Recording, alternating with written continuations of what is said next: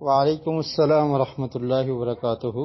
جی، یہ واقعہ جو لکھا گیا ہے ایک لڑکی کے زندہ قبر سے نکل آنے کا، نبی مکرم صلی اللہ علیہ وسلم نے اس کو کہا تو وہ قبر سے نکل آئی۔ یہ جس کتاب کا حوالہ دیا گیا ہے المواہب اللدنیہ اس کا نام ہے، اور دوسری کتاب ہے الشفاء قاضی ایاز کی۔ تو یہ سیرت کی کتابیں ہیں، تاریخ کی کتابیں ہیں۔ تو اس میں اس کی کوئی سند نہیں لکھی ہوئی، اس طرح سے لکھا ہے کہ ایک آدمی کو نبی مکرم صلی اللہ علیہ وسلم نے اسلام کی دعوت دی تو اس نے کہا کہ میری بیٹی کو آپ زندہ کر دیں پھر میں اسلام قبول کروں گا۔ تو آقا علیہ السلام نے اس کی قبر کے قریب جا کر آواز دی تو وہ زندہ ہو گئی۔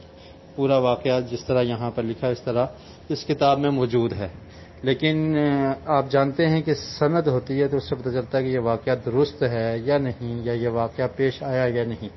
تو قطع نظر اس سے کہ اس واقعے کی صحت اور ضعف کا کیا حال ہے، یہ ایک معجزہ ہے، اور معجزہ انبیاء علیہم السلام کو اللہ تعالیٰ نے بہت سارے معجزات عطا کیے، جیسا کہ عیسیٰ علیہ السلام اللہ کے حکم سے مردے کو زندہ کر لیا کرتے تھے، اور موسیٰ علیہ السلام کو معجزات عطا کیے گئے، نبی کریم صلی اللہ علیہ وسلم کو بہت سارے معجزات دیے گئے۔ آپ صلی اللہ علیہ وسلم کے بارے میں اللہ رب العالمین نے قرآن مجید میں ارشاد فرمایا کہ چاند کے 2 ٹکڑے ہونے کا واقعہ موجود ہے، وانشقت القمر۔ تو یہ معجزات انبیاء علیہم السلام کو ملے ہیں۔ تو معجزات سے مسئلہ ثابت نہیں ہوتا کہ ایسا ہوا، نبی کریم صلی اللہ علیہ وسلم کو اللہ تعالیٰ نے معجزات دیے تھے اور معجزات اس وقت پیش آئے، لیکن اس سے یہ ثابت کرنا کہ آج کا کوئی ولی یا پیر بھی ایسا کر سکتا ہے تو یہ بات درست نہیں ہے، کیونکہ انبیاء علیہم السلام کے پاس اللہ کی وحی آتی تھی تو اللہ کے حکم سے ایسے معجزات سرزد ہوتے تھے۔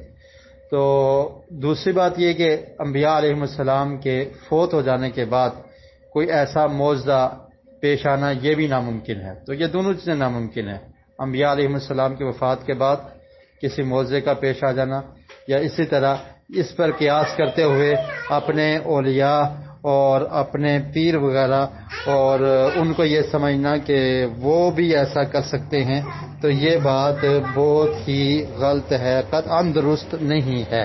تو معجزے کو صرف معجزہ ہی سمجھا جائے، اس سے مسئلہ بھی ثابت نہیں ہوتا۔ تو یہ معجزات، جتنے بھی معجزات ہیں ان کا یہی پس منظر ہے اور ان کو اسی طریقے سے سمجھنا چاہیے۔